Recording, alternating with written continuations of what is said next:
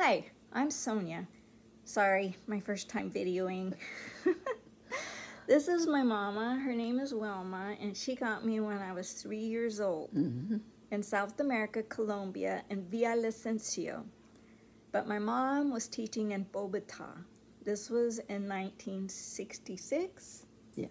So I'm going to let her tell you how she got me and heard about me. Okay. I was teaching in Bogota, and I had friends who had an orphanage outside in Villavicencio someplace. I'm not sure exactly where now. It was a long time ago. It was in Villavicencio. Yes. And so they had told me about these children that they had. Some of them they had been able to take off of the streets when they were babies because their parents or their mother, whoever had them, had just left them there. So they were put in this orphanage called Paraíso Infantil, and these two ladies were taking care of them. Two American ladies. Yes, two American ladies. They had been, they had come over there. They thought they were with a mission group, and when they got there, the mission group wasn't there, so they just started working with the children at Paraíso Infantil, the orphanage. Infant paradise is how you translate Paraíso Infantil. And and I had met them as I was teaching over there. Because you had some teacher friends that were adopting. Yes. And there were some other people who were also there. They were with the mission group, and they had adopted children, and they were married to each other, and they had adopted these children. So I had found out that I could adopt, and I didn't have to have a spouse. So I didn't have a spouse. That was good for me. Yes, it certainly was. So So you drove 4 hours to the village in Villavicencio. What did you think when you first saw me? Well, she was still young, and they hadn't had her very long. And at the time, she was malnourished and everything, and she was gray. And they said it will take a time to find out exactly what her color is, but it will come because she has to be nourished, because she hadn't been fed or anything like that. So she was just gray, but there for a time. Didn't you also tell me I didn't know how to walk and talk until you adopted me? I was left in the crib. Yes. Yes. When I first saw her, she was in a crib, and the ladies there, one was Nancy, and I can't remember what the other lady was. Edna. Edna. They had taken them in. They could take them from the Colombian government. They were put in temporary adoption until the children could be replaced, nourished, and everything like that. So that's how I found Sonia. Which they do not do adoption anymore. No. We found out when we went in 2012. Mama and I and my husband and my son Mark, we all went down there looking at Cartagena, Bogota, and Villavicencio.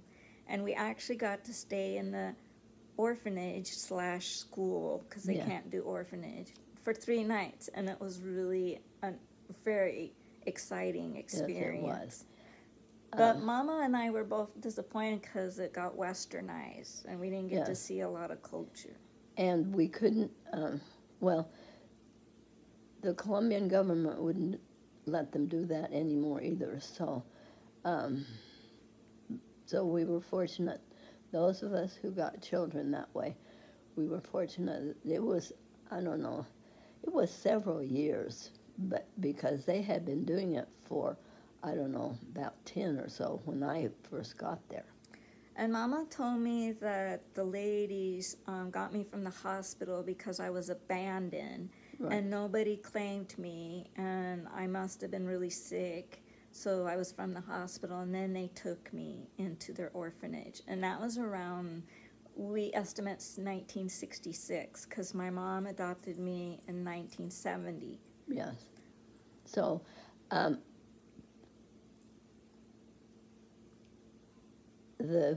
these ladies were given temporary custody by the Colombian government to take these children in, and the Colombian government would let them nourish them and take care of them, and they could put them up for adoption, and that's what they did. Well, they don't do that anymore. The Colombian government will no longer put these children up for adoption, which is sad because they still have the children. They just get to run all over the countryside and die early. But my mama taught in Bogota until 1975, so we lived in Bogota. Yes. My mom was teaching, and I went to school there, but I don't remember anything, which is really, really sad, because when we went to Colombia in 2012, nothing came back. Not in my head, I didn't have any memories. But I'm so blessed that my mama adopted me, and we lived in the United States, and we're in the state of Washington, USA, and she raised me up, and I'm so grateful.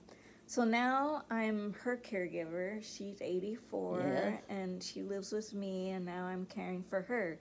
So the cycle's turned around, but I would Exactly. not have it any other way, and I love my mama. Do you have anything else you want to add, Mama? Let's see. Well, I could tell a story for a long time, but I think people would get tired of listening because I live. Okay, I'll give you one. I'll let you do one story. Why don't you tell somebody one story? Well, we went several different places when we were in Colombia, even after. I couldn't go very far because I couldn't take her anywhere because the Colombian government wouldn't let me. I had to wait until she was completely adopted, and I couldn't start the adoption process until I found out what color she actually was, and that took nourishment, so it took a while. Yeah, but I'm gaining it now. Yeah, now you can tell what color she is. Yes, and I'm talking and I'm walking, and you can't shut me up, huh, Mama? Yep, that's right. But then she has a lot to make up for, so. Yes, I do. But I love my mama. Why don't you tell them the story about when you took me to the store or the market? Back then it was a market. Oh, yes, the market. In Colombia, they were called tiendas because it's Spanish speaking. So the tienda, and I think it was Nancy, one of the girls, told me that these children, for the first 2 months of their lives, they won't say one word. So they said, so just be ready for that. And sure enough, they didn't. And so the only thing Sonia did when I took her in was she went in with me to the kitchen, and the maid was cooking, and Sonia wanted to stay, and the maid drove her out, so Sonia cried. That's the only thing she did for the first 2 months, except she did cry that one time. And then I thought you were going to tell them about where I went shopping with you, and I took off. Oh, yeah. Yeah, that's what I was getting to. So we went shopping, it was about 2 months after I had her, and she was walking with me. She kept a strong grip on my hand, usually, and she didn't go anywhere. And then all of a sudden, my hand was empty, and she was halfway down. Well, she was almost to the end of the aisle, and she saw this one guy, and she said, ¿Cómo estás? ¿Cómo te hay? And then I haven't been able to shut her up since. So what else? Well, I went to school there, but I did not learn Spanish. She was afraid that it would affect my growing spurt in going to the United States, so she just kept the English. But now, Mama, you regret that. I wish yes. I was bilingual now. Yes, and that was my mistake. I should not have stopped talking to her in Spanish. But we weren't the same color, and I was afraid that she wouldn't recognize me as her mother. So we just used the Spanish and stuff like that. That was my mistake. I should have just kept it. But I still love you. All right, folks. We'll put some more videos on later. Thank you for listening.